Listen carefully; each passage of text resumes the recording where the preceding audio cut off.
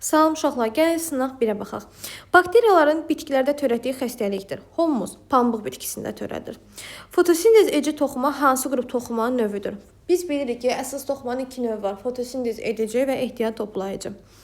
Çöl göyərçinin hansı orqanlar sistemi göstərilmişdir? Baxıram, çinədanı, mədəsi, bağırsağı, deməli söhbət həzm sistemindən gedir. Vegetativ yolla çoxalan bir bitkinin kök sistemində cəmi 56 kök var. Əgər bu köklərdən 14-ü əlavə kök olarsa, yan köklərin sayını. Əgər bizə desəydi ki, həmən bitki toxumla çoxalır, biz onda əsas kök götürərdik. Çünki bilirik ki, əsas kök hardan inkişaf edir? Üşüyüm kökçüyündən. Amma bizə deyir ki, vegetativ yolla, deməli hər hansı bir vegetativ hissəsi ilə çoxalıb. Biz əsas kökü götürmürük. 56-dan çıxırıq 14-ü, yerdə qalan bütün köklər olacaq yan köklər. D variantı. Sonra, çuğundur bitkisinin yeraltı şəkil dəyişməsinin əmələ gəlməsində iştirak eləyir.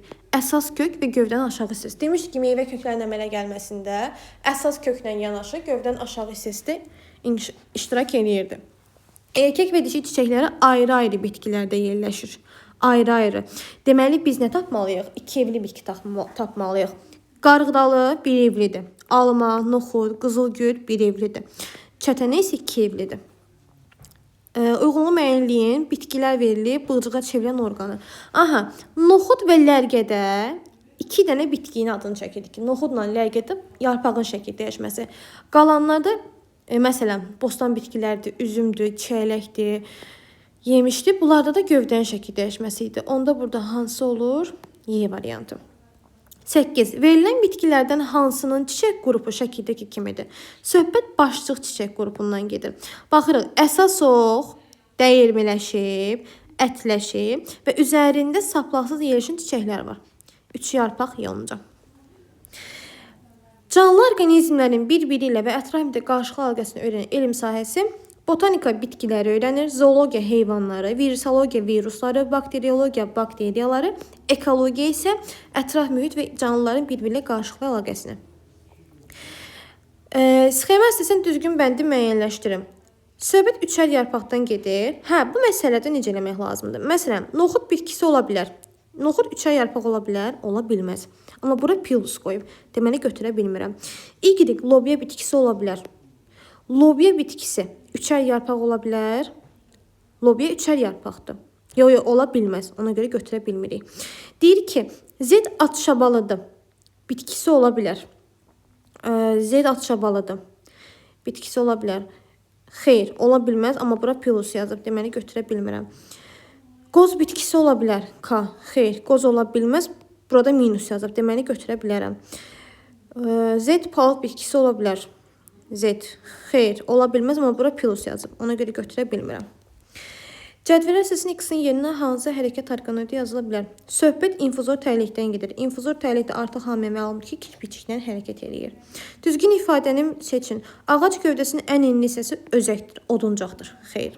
Mantar gövdənin oduncaq hissəsinə aiddir, qabığa aiddir. Özək şüaları floema qatında yerləşir, oduncaq qatında yerləşir. Özəkdən çıxır, oduncaq qatında yerləşir. Oduncaq qatında su və mineral maddələr hərəkət edir. Bəli, kislima boruları və ya digər adı ilə borucuqlarda. Kambi gövdənin uzunluğuna böyüməsini, xeyr. Gövdənin uzunluğuna böyüməsini, zoğun uzunluğuna böyüməsini, onun təpəsində yerləşən tumurcuq yerinə yetirir. Amma kambi gövdənin eninə böyüməsini təmin edir. Ona görə cavab D variantı. Baxıram 13-ə. Çiçəkli bitkidə 2 qat mayalamadır. Bilavasitə iştirak edən erkək qametlərin sayı 18 dənədir. Əmələ gələcək toxumların sayı neçə olacaq? Biz bilirik ki, 2 qat mayalanmada 4 dənə hüceyrə iştirak edir. Onlardan biri yumurta hüceyrədir. Biri mərkəzi hüceyrədir. İkisi spermidir. Spermilərdən biri yumurta mərkəzi hüceyrə ilə mayalanır, endosperm əmələ gətirir. Spermilərdən biri gəlir, yumurta hüceyrə ilə mayalanır, zigot əmələ gətirir. Deməli, bir toxumun mayalanmasında iştirak edən erkək qametlərin sayı 2 dənədirsə. Amma bizə şərtdə 18-dir. Söhbət 9 dənə nəydən gedir? Toxumdan gedir. Yarpaqların zoğ üzərində düzülüşü oleander bitkisində olduğu kimi. Oleander bitkisində yarpaq düzülüşü topalıdır. Bir buğumdan bir neçə dənə yarpaq çıxır. Amma məsələn, növbəli düzülüş bir buğumdan bir yarpaq çıxır. Bir buğumdan bir yarpaq. Qarşı-qarşıya düzülüşdə bir buğumdan cəmi belə 2 dənə yarpaq çıxır. Söhbət deməli burada gedir qarğa gözündən. 15. Hansı bitkinin meyvəsində toxumlar taycıqlardakı yuvalarda yerləşir? Söhbət taycığın içindəki yuvadan gedir. Onda biz götürə bilərik soyanı, paxla meyvəni. Əgər taycığın içindəki ara kəsmə üzərində yerləşir desəydi, biz buynuz meyvə götürərdik. Yanlış ifadəni seçin. Süsən bitkisinin çiçək yanlığı eyni cür yarpaqçıqlardan təşkil olunub. Bəli, çünki süsən sadə çiçək yanlığına malikdir. Sadə çiçək yanlığında da kəsə yarpaqlanan ləçəklər eyni cür yarpaqçıqlar kimi idilər. Kələm bitkinin çiçək 2 qatdır. Bu da doğrudur. Söyüd bitkisi bir evli bitkidir. Xeyr, 2 evli bitkidir. Götürə bilmirəm. Qarğıdalı bitkisinin erkək və dişi çiçəkləri bir bitki üzərindədir. Mən bunu götürə bilmirəm. İki cinsi çiçəyi olan bitkilər bir evlidir. Xeyr, bəli, iki cinsi çiçəyi olan evlər bir evlidir. Qarğıdalı bitkisinin erkək və dişi çiçəkləri bir bitki üzərində. Bu da doğrudur. Deməli, cavab C variantı. Söyüd bitkisinin bir evli bitkidir. Xeyr, söyüd bitkisinin dişi çiçəkləri yaşıl rəngdədir. Yaşıl rəngdədir. Şı yadda saxlaya bilərsiniz. Erkək çiçəkləri sarı rəngdədir. R yadda saxlaya bilərsiniz. Gəldik 17-yə. Verilən bitkilərdən hansında ağızcıqlar yarpağın hər iki tərəfində yerləşir? Viktoriya və Suzan bağında onlar suyun üzərində yarpaqları belə olduğuna görə suyun altına təmas edən alt tərəf ağızcıq yerləşmir. Çünki orada tənəffüs eləyə bilməzlər. Su ilə tənəffüs eləmək ki, sudakı oksigenlə. Amma süsənlə kələmin hər iki tərəfində ağızcıqlar yerləşir. Viktoriya və Suzan bağında ancaq üst tərəfdə. Çünki üst tərəfi atmosferə baxır. Mitoz prosesinin sonunda 300 dənə qız hüceyrə əmələ gəlmişsə, bu zaman bölünmədə cəmi neçə ana hüceyrə iştirak eləyəcək? Bir dənə mitoz bölünmə zamanında bir ana hüceyrədən 2 dənə qız hüceyrə yaranır. Bəs 300 dənə qız hüceyrə neçə ana hüceyrədən yaranacaq? Söhbət 150 dənəsindən gedir. Ksilema boruları gövdənin hansı qatında yerləşir? Ksilema boruları su və mineral maddələri daşıyan borucuqlardır, hansı ki oduncaq qatında yerləşir. Amma məsələn söhbət getsəydi ki, floema borularına və ələyə bənzər borularından adından göründüyü kimi floema qatında götürəcəkdik biz onu. Onlar üzüm maddə daşıyırlar. Cədvələ sizin x, y-in cəmini tapın. Alma bitkisidir. Aha. Bir dişiciyində olan yumurtacıq sayı 4 dənədir. Deməli 4 dənə toxum yaranacaq. Əmələ gələn maksimum toxum sayı. Yumurtacığın sayı nə qədərdirsə, əmələ gələn toxumun sayı da o qədərdir. Toxumların əmələ gəlməsində iştirak edən spermlərin sayı. Biz bilirik ki, alma örtülü toxumlardır. 2 qat mayalanma ilə mayalanır. Bir toxumun əmələ gəlməsində 2 dənə sperm iştirak edirsə, 4 toxumdan olacaq 8 dənə. Deməli, cavab 8. Götürürük burada cəmi soruşur bizdən 12. Gəldik nəyə? Difteriya xəstəliyinin törədən bakteriyalar quruşsa hansı formada olacaq? Bu 6-cı sinifdə bakteriya dərsində onların yayılması dərsi idi, səhv eləmirəmsə. Orada altında bunların şəkillərini verir. Məsələn, angina strepta kok şəkillidir. Vərəm vibriondur məsələn. Difteriya çöp şəkilli basildir. Kartofun yeraltı şəkil dəyişməsindən bilavasitə. Kartofun yeraltı şəkil dəyişməsi gövdədir. Biz demişdik ki, gövdə və yarpaqdan inkişaf eləyən kökün adı nədir?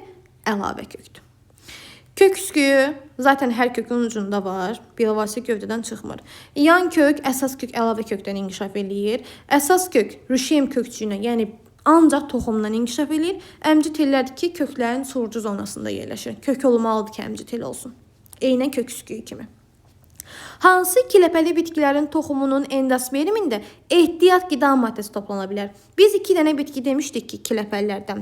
Üçrəng bənövşəylə qaymaq çiçəyi. Demişdik ki, bunlarda toxumun həm ləpə yarpaqlarında, həm də endospermdə ehtiyat qida maddəsi toplanır. Çünki kiləpəli bitkilərdə adətən endospermdə ehtiyat qida maddəsi toplanmaz. Sxemə sizə yanlış ifadəni, baxın uşaqlar, yanlış ifadəni müəyyənləşdirin deyir. Baxıram, düzünə inkişafa aiddir, yumurtadan sülfə çıxır. Aha, bu söhbət kərtənkələrin inkişaf dövriyyəsindən gedir. Kərtənkələrin inkişaf dövriyyəsində yumurtadan sülfə çıxmaz, inkişafda düzünədir. Deməli, mən səhvi götürməliyəm. Dolayı inkişaf və yumurtadan sülfə çıxır mərhələsini. Eyni kütləli noxud və qarıqdalı toxuma görək. Deməli, noxudda x-dir, qarıqdalı da x-dir. 18 litr su qəbul eləyiblər. Noxud öz çəkisi qədər su qəbul eləyir. Qarıqdalı çəkisinin yarısı qədər su qəbul eləyir. Yazıram buradan. 2'ni bura atsam, 2'ni bura atsam. 3x bərabərdir. 18 olsun 2, 36. X də bərabər 12. Deməli, quru qarıqdalının da, noxudun da kütləsi. Oy, üzr istəyirəm. Quru noxudun da kütləsi 12'dir. Qarıqdalının da kütləsi 12'dir. Bu bitkilərin quru kütlələrinin cəmini hesabla deyir. 12, 12 cavab 24. Hansı sırada uyğunluq pozulub? Aha, ağcaqayın küləklə yox, toxumun yayılma formasını deyir. Deməli, bu dərs hardasa sizə deyəcəm indi. 6-cı sinifdə 7-ci bölmənin əvvəlindəki dərs olmalıdır. İlk dərs 45'dir mi, 44'dür mü mövzu budur. Ağcaqayın küləklə tozlanır. Bəli, hətta qanadçıqlar əmələ gətirir. Lobya küləklə toxumu yayılır. Xeyr. Lobya toxumunu küləklə yaymaz. Çünki lobya paxla meyvədir. O özü partlayacaq, ətrafa töküləcək. Eladeyə su vasitəsilə yayır, toxumlarını doğrudur. Lalə heyvanlarla yayır. Xeyr, lalə qutucuq meyvədir. O öz-özünə yayacaq, partlayacaq, ətrafa külək vasitəsilə bir töküləcək bütün toxumları. Küləklə tökülməsə də, yəni bir vasitə var da tökülməsi üçün. Prosta o partlayır, ətrafa özü yayır. Qızılağac su vasitəsilə bu da doğrudur. Deməli, söhbət bizdə getdi 2 ilə 4-dən. Gəldik 27-yə. Bir cinsi çiçək olan bir evli bitki. Bu nə deməkdir? Yəni bir evin içərisində həm erkək çiçəklər var, həm də dişi çiçəklər var. Bunu mu götürə bilərəm mən? Xiyarı. Bir cinsi çiçək olan kevli bitki. Deməli, 2 evdir. Bir bitkinin üzərində dişi çiçəklərdir, bir bitkinin üzərində erkək çiçəklərdir. Deməli, mən bura götürə bilərəm nəyi? B və Y-ni. 2 cinsi çiçək olan bitki. Bir bitki üzərində həm dişi, həm də erkək çiçəklər bir çiçəyin üzərində yerləşir. Həm də bir bitki üzərində. O da götürə bilərəm A, D. Alma və qızılgül.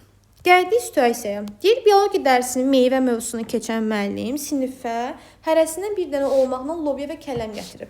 Və deyir ki, müəllim meyvələrin taycıqlarını açanda hər birində 5 dənə toxum olduğunu görür.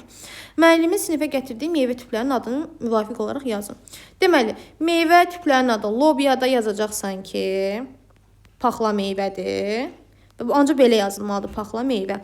Kələmdə də yazacaqsan ki, nədir? Buynuz meyvədir. Bundan artıq cavab yazsaz o səhv götürüləcək.